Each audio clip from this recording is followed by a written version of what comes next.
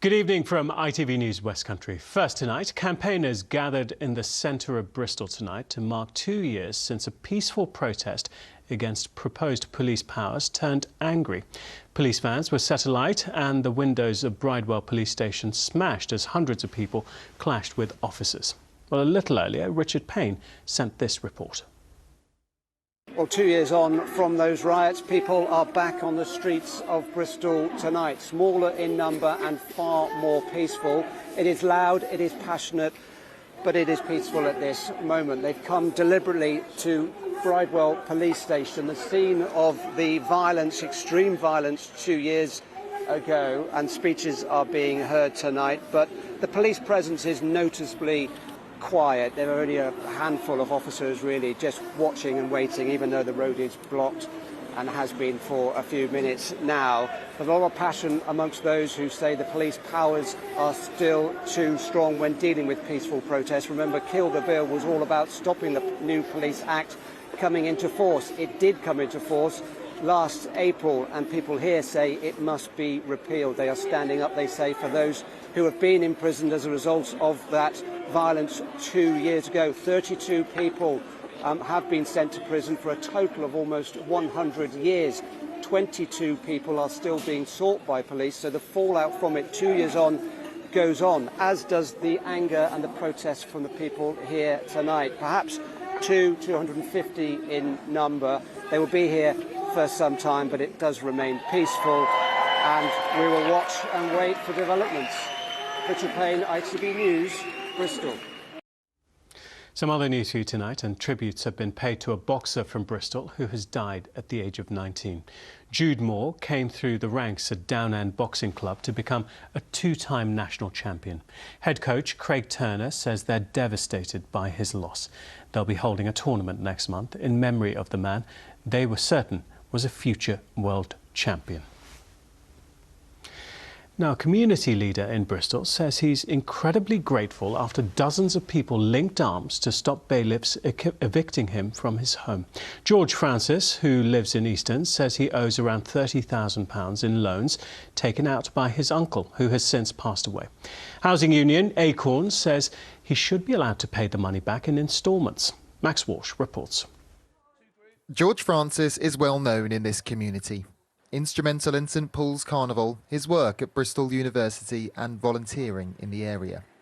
But today bailiffs were due to evict him from his home of more than a decade.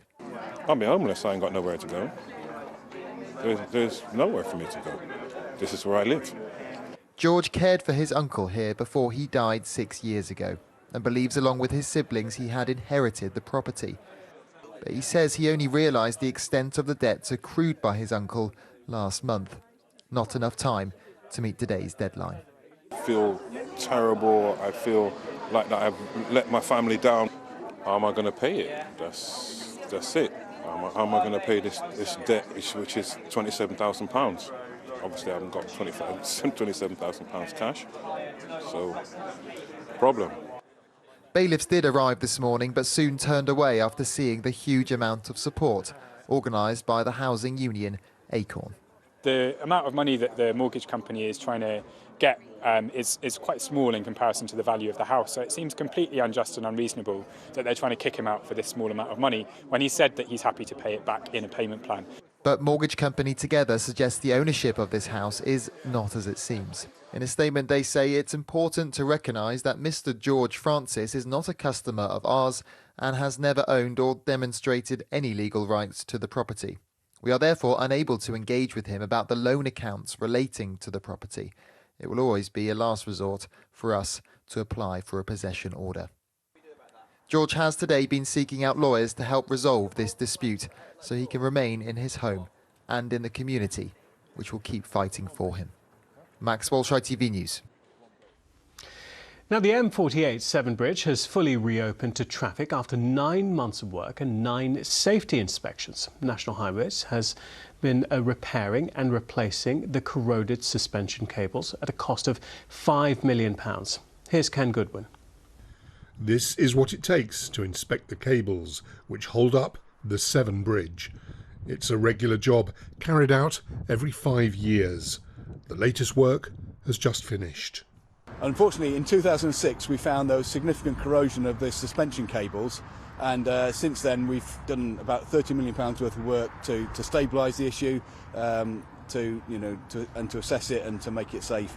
But unfortunately, as part of that work we do every 5 or 6 years, we need to go in and actually inspect the cable itself. So we open the cable up, we wedge it open, and we can see right into the middle of it, and we can then assess the level of the corrosion and make sure that the measures we've invested in are actually working. It took 3.5 years to build at a cost of £8 million. Factoring in inflation, that's about 120 million in today's money. The Queen opened the bridge in 1966. Since then, the weather has thrown everything at it. Wind, rain and snow. The cables which support the bridge can corrode, so they have to be carefully monitored. They're made up of 8,322 individual 5mm wires, and it's those wires that sadly have corroded. Originally they had galvanising on the outside, and in the worst place at the middle of the cable, that galvanising is sadly gone, but the cables are still strong enough to take the load, but we do need to check it, as I say, every 5 or 6 years.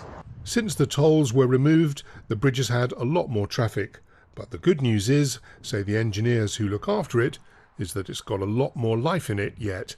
Ken Goodwin, ITV News at the Severn Bridge.